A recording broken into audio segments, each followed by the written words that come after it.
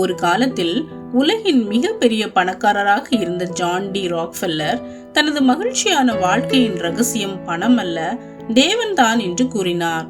அவர் ஒரு சாதாரண குடும்பத்தில் பிறந்தாலும் தனது 33வது வயதில் கோடீஸ்வரரானார். 43வது வயதில் உலகத்திலேயே பெரிய நிறுவனத்தை உருவாக்கினார். 53வது வயதில் உலகில் முதல் பெரும் பணக்காரராக திகழ்ந்தார். அவரது ஒரு வார வருமானம் சுமார் 40 கோடியாகும்.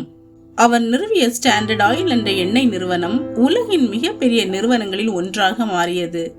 திடீரென கொடிய வியாதியினால் பாதிக்கப்பட்ட அவர் மனதளவிலும் உடல் அளவிலும் மிகவும் நிலை குலைந்து போனார். மகிழ்ச்சி அவர் இருதயத்தை விட்டு விடுபட்டு போயிற்று. பெரும் கோடீஸ்வரர் பிஸ்கட்டையும் பாலையும் மட்டுமே சாப்பிட வேண்டிய நிலைக்கு தள்ளப்பட்டார். ஒரு வருடத்திற்கு மேல் அவர் உயிரோடு இருப்பது கடினம் என மருத்துவர்கள் கூறிவிட்டனர். தூக்கமில்லாத இரவுகள் அவரின் சிந்தனையை மிகவும் பாதித்தது. ஒரு கட்டத்தில் பணம் சமாதானத்தை தராது என்பதை உணர்ந்த அவர் தனது வாழ்க்கையை தேவனுக்கு நேராக திருப்பி பெரும்பாலான செல்வத்தை தானமாகவும் கல்வி, மருத்துவம் மற்றும் தேவ சேவைக்கும் அர்ப்பணித்தார். ராக்ஃபெல்லர் ஃபவுண்டேஷன் என்ற ஒரு மருத்துவ ஆராய்ச்சி மையத்தையும் நிறுவினார். தன் பணத்தில் பெரும்பாலான பகுதியை ஆலயங்களுக்காக கொடுத்தார்.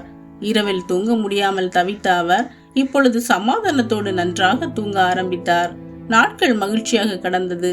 53 வயதிற்கு மேல் வாழ முடியாது என மருத்துவர்களால் நாள் குறிக்கப்பட்ட ராக்ஃபெல்லர் 98 வயதுக்கும் மேல் வாழ்ந்தார். தேவனை முதலிடத்தில் வைத்தால் அவர் நம்மை ஒருபோதும் கைவிட மாட்டார் என்பது ராக்ஃபெல்லர் வாழ்க்கையின் மூலம் நாம் அறிந்து கொள்ள முடிகிறது. வெற்றி என்பது பணத்தில் அல்ல, தேவனோடு இருக்கும் உறவில் தான் இருக்கிறது. எனவே நாமும் தேவனை எப்போதும் முதலிடத்தில் வைத்து முன்னேறி செல்வோம். அவர் நம் வாழ்க்கையை எல்லாவித ஆசீர்வாதங்களினாலும் நிரப்பி நம்மை மகிழ்ச்சியாக்குவார். God bless you.